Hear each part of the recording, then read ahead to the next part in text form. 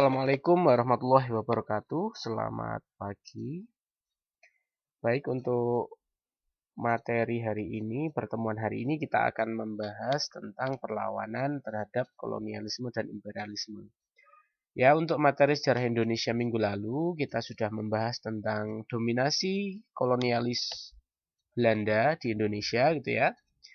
Itu sudah kita pelajari. Kemudian untuk kolonialisme dari Inggris, Portugis, Spanyol juga kita sudah belajar ya kan. Nah, untuk hari ini dan beberapa pertemuan ke depan, kita akan membahas tentang perlawanan terhadap kolonialisme dan imperialisme di Indonesia. Ya. Oke, yang pertama, kita akan membahas tentang perlawanan rakyat Aceh. Ya. Nah, Aceh ini pernah bisa dikatakan melakukan perlawanan yang sangat besar kepada Portugis. Ya.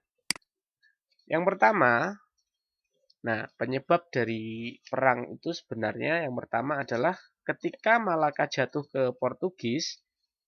Kalau kalian tahu, Selat Malaka ini dulu dikuasai oleh Kerajaan Malaka dari sekarang wilayah Malaysia gitu ya. Itu kemudian banyak pedagang-pedagang Muslim yang pindah ke Aceh. Nah, sehingga kerajaan Aceh ini pada akhirnya berkembang semakin pesat dan kemudian menjadi ancaman bagi Portugis di Malaka. Karena selain sebagai saingan dagang, juga dikhawatirkan militer dari Aceh ini cukup besar dapat mengganggu kedaulatan Portugis di Malaka. Seperti itu ya. Kemudian, nah inilah pada tahun 1523 Portugis kemudian melakukan penyerangan kepada Aceh. Ya. Ini di bawah kepemimpinan Hendrik Kwe. Ya. Hendrik ini kemudian mengalami kegagalan sehingga diteruskan kepada penerusnya yaitu De Souza pada tahun 1524 atau 1 tahun setelah penyerangan pertama.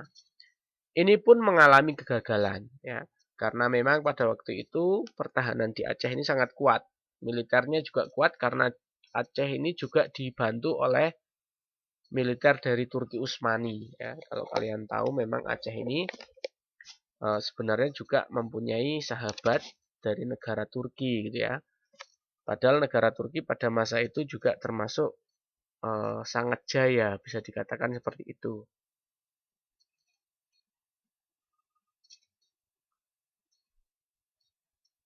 Kemudian satu lagi, ya, untuk penyerangan tersebut selalu mengalami kegagalan dan pada akhirnya Portugis menggunakan cara yang agak licik, ya, yaitu dengan mengganggu kapal-kapal dagang Aceh yang hendak ke Malaka seperti itu. Ya, kemudian gangguan ini selalu dirasakan oleh para pedagang Aceh yang pada akhirnya ada tindakan-tindakan dari rakyat Aceh ataupun kerajaan Aceh ya. Yang pertama, kerajaan Aceh itu melengkapi kapal-kapal dagang mereka dengan senjata meriam dan prajurit. Padahal itu sebenarnya kapal dagang, bukan kapal perang gitu ya. Tetapi memang harus dilengkapi dengan persenjataan. Kemudian yang kedua, mendatangkan bantuan senjata, tentara, dan ahli strategi peperangan dari Turki Utsmani pada tahun 1567 gitu ya. Satu lagi, kemudian juga mendatangkan bantuan persenjataan dari India, dari kota Calicut, kemudian juga dari Jepara, karena pada waktu itu juga ada kerajaan Islam Demak di Jawa yang memang pada waktu itu pusat untuk eh, produksi senjata atau penempaan senjata itu di Jepara gitu ya. Nah, kemudian terjadi penyerangan yang dilakukan oleh Aceh ke Malaka terhadap Portugis itu mengalami kegagalan ya. Padahal sudah dipersiapkan tapi tetap mengalami kegagalan. Kemudian pada tahun 1569 penyerangan Portugis kembali ke Aceh juga mengalami kegagalan. Jadi dapat dikatakan antara Portugis dan Aceh ini belum pernah mengalami kemenangan sama sekali antar keduanya gitu ya. Ketika menyerang gagal dan seterusnya gitu ya. Nah, kemudian ada seorang tokoh yang bernama Sultan Iskandar Muda, di mana Sultan Iskandar Muda ini merupakan salah satu tokoh penting dalam perlawanan rakyat Aceh, juga merupakan salah satu sultan yang membawa Aceh kepada masa kejayaannya. Ya, nah kita lihat apa yang dilakukan oleh beliau. Yang pertama itu memperkuat pasukan untuk melakukan penyerangan melawan Portugis di Malaka. Jadi selain jumlahnya diperkuat, kemudian juga jumlah armada kapal diperbanyak, kemudian juga pasukan kavaleri diperbanyak gitu ya. Nah, angkatan laut ini diperkuat dengan kapal yang lebih besar dengan yang mampu menampung 600 sampai 800 prajurit dalam satu kapalnya gitu ya. Artinya kapalnya ini cukup besar pada masa itu gitu ya. Kemudian yang ketiga yaitu melengkapi pasukan dengan pasukan kavaleri. Kalau kalian tahu pasukan kavaleri ini kan pasukan yang menggunakan kendaraan ya. Pada waktu itu tentunya adalah kuda, dan kuda yang dipakai adalah kuda dari Persia. Ini merupakan salah satu kavaleri yang paling ditakuti pada waktu itu di sekitar Malaka gitu ya. Kavaleri Aceh ini sangat ditakuti. Kemudian berikutnya adalah pasukan bergajah dan milisi infanteri. Kalau infanteri ini pasukan yang jalan kaki gitu ya, pasukan biasa, dan juga ada milisi dengan pasukan gajah. Nah, kemudian Sultan Iskandar Muda melakukan penyerangan ke Malaka pada tahun 1629, namun lagi-lagi belum mampu mengusir Portugis dari Malaka.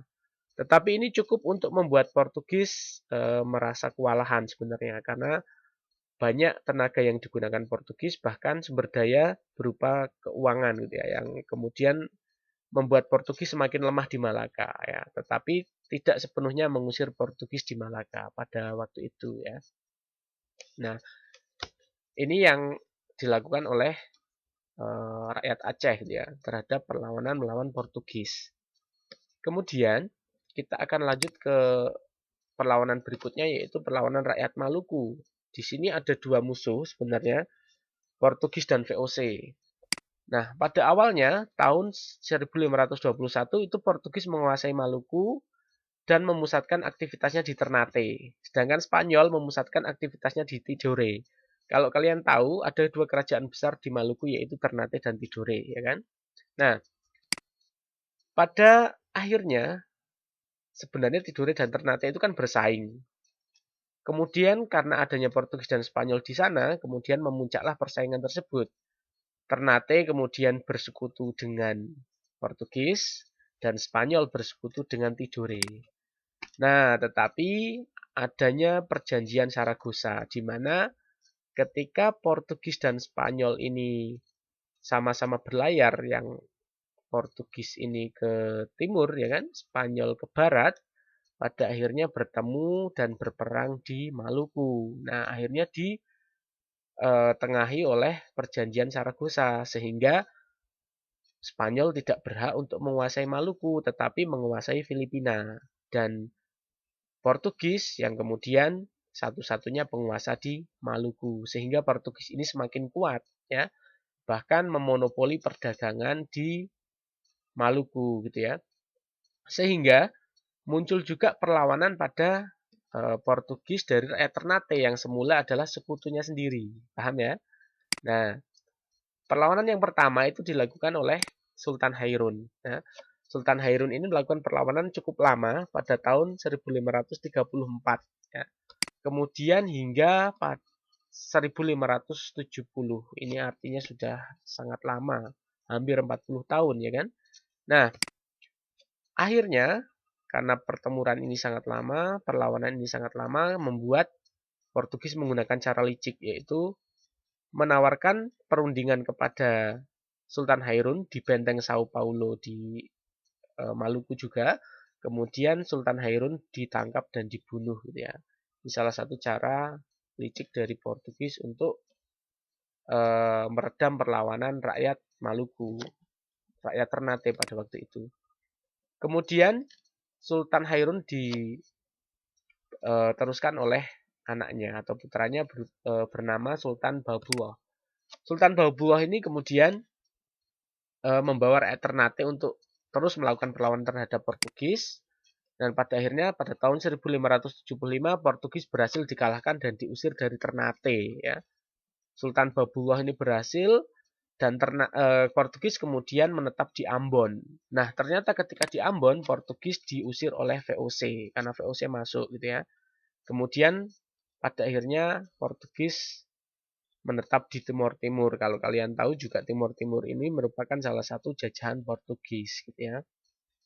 Sehingga sekarang pun ketika mereka lebih memilih merdeka sendiri, tidak bergabung dengan Indonesia karena memang penjajahnya adalah Portugis bukan Belanda. Sampai akhir Perang Dunia Kedua ini tetap dijajah oleh Portugis gitu ya. Nah, kemudian kita berlanjut masih pada perlawanan rakyat Maluku, tapi ini kerajaan Tidore ya. Sudah tidak melawan Portugis lagi tapi melawan VOC ya. Pada awalnya VOC masuk Tidore ini kan menjadi sekutunya kerajaan Tidore pada awalnya. Kemudian VOC memaksakan perjanjian baru kepada Tidore yang semula sebagai sekutu turun statusnya menjadi vasal. Vasal ini kayak kerajaan yang harus tunduk di bawah VOC gitu ya. Nah, ini yang buat rakyat Tidore marah. Kemudian VOC juga mengangkat putra Alam sebagai Sultan Tidore yang baru. Padahal seharusnya Pangeran Nuku yang menjadi sultan, ya, paham ya? Nah, kemudian perlawanan Pangeran Nuku ini dibantu oleh rakyat Papua dan Halmahera dan akhirnya diangkat menjadi sultan oleh pengikutnya. Nah, perlawanan ini juga merupakan perlawanan yang sangat besar yang dilakukan oleh rakyat Tidore kepada VOC dan pada akhirnya membuat Pangeran Nuku yang tetap menjadi sultan dan Tidore tetap berdaulat atas kekuasaannya gitu ya, atas kedaulatannya sendiri gitu ya. Tetapi VOC tidak berhasil diusir sepenuhnya dari Tidore. Jadi hanya Sultan Nuku mendapat kekuasaannya dan Tidore tetap berdaulat, tidak disetir oleh VOC gitu ya, tetapi VOC tetap ada di Tidore pada waktu itu gitu ya. Nah, kemudian yang ketiga kita beralih ke Sultan Agung ya. Sultan Agung ini merupakan salah satu tokoh atau raja di Mataram, Sultan di Mataram, Mataram Islam yang lama, belum terpecah Solo dan Jogja gitu ya. Di mana Sultan Agung ini nama lengkapnya kan Sultan Agung Hanyokrokusumo gitu ya. Ini merupakan salah satu Raja Mataram yang membawa Mataram kepada kejayaannya ya. Karena sudah hampir berhasil menyatukan Pulau Jawa. Sudah menaklukkan Surabaya, sudah menaklukkan sebagian wilayah kerajaan Kalimantan, juga sudah menaklukkan hampir semua pesisir utara Jawa ya. Bahkan juga menaklukkan Jawa Barat ya, walaupun tidak sepenuhnya gitu ya. Nah, rencana dari Sultan Agung sebenarnya akan menaklukkan kerajaan Banten awalnya ya.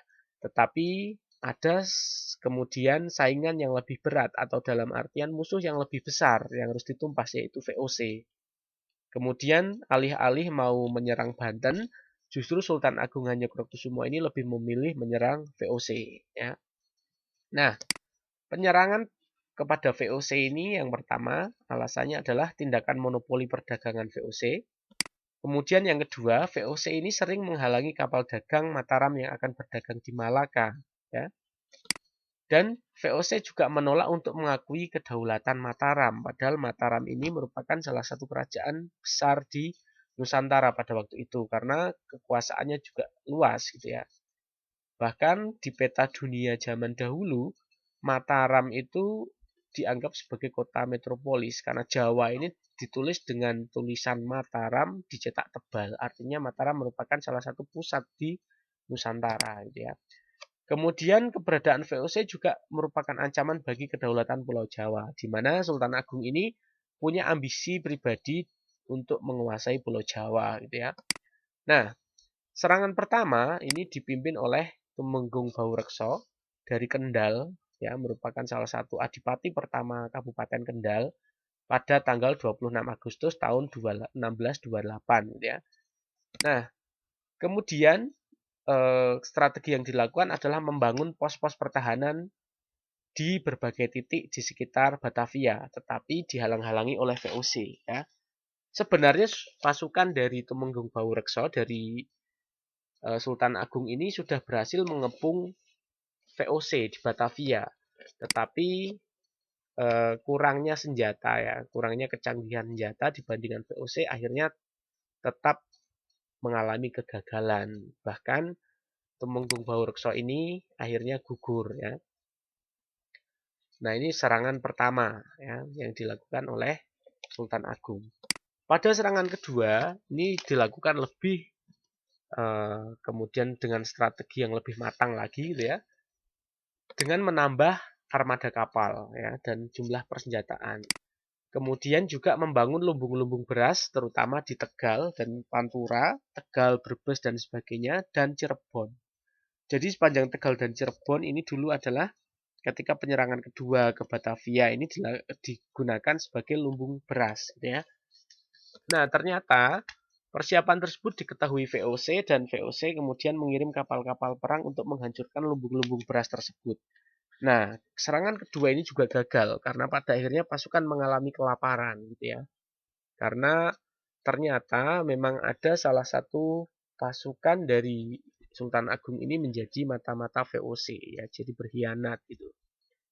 Kemudian sumber lain juga mengatakan selain adanya pengkhianatan memang VOC ini juga sudah mengantisipasi sebelumnya. Jadi ada mata-mata yang menyusup ke pasukan bahkan ke warga di sekitar Pantura dan sebagainya. Nah, ini yang kemudian menggagalkan serangan Sultan Agung ke Batavia. Nah, setelah kegagalan ini Sultan Agung tidak fokus lagi ke militer untuk menguasai kerajaan-kerajaan Jawa, tapi lebih pada membangun kebudayaan ya. Jadi kebudayaan Jawa, kemudian kesenian Jawa ini lebih dibangun. Jadi lebih memperhatikan sistem pertanian, pendidikan dan sebagainya. Tidak lagi mengarah kepada kerajaan yang mengedepankan sistem militer ya. Karena memang pada waktu itu sudah banyak yang dikorbankan gitu ya untuk menguasai Madura, untuk menguasai Surabaya, untuk menguasai Batavia, untuk menguasai sebagian Kalimantan ini juga sangat membutuhkan tenaga yang besar gitu ya. Juga pengorbanan yang tidak sedikit gitu ya. Jadi ini yang dilakukan perlawanan yang dilakukan oleh Sultan Agung Hanyokrokusumo dari Mataram gitu ya. Pada waktu itu pemimpin VOC adalah JP Kun ya. Jan Pieterszoon Kun. Nah, itu juga meninggalnya karena kena wabah malaria. Wabah malarianya ini kemudian disebabkan oleh penyerangan pertama ketika pasukan Sultan Agung membendung Sungai Ciliwung sehingga terjadi wabah di sana karena sungainya menjadi kotor gitu kan. Nah, wabah itu kemudian yang juga merenggut nyawa dari JP Kun, pemimpin VOC itu sendiri. Nah, untuk pertemuan hari ini, Pak Rohim akhiri, kita akan membahas pada pertemuan berikutnya masih tentang perlawanan-perlawanan rakyat Indonesia ya terhadap kolonialisme dan imperialisme. Ya, terima kasih. Assalamualaikum warahmatullahi wabarakatuh.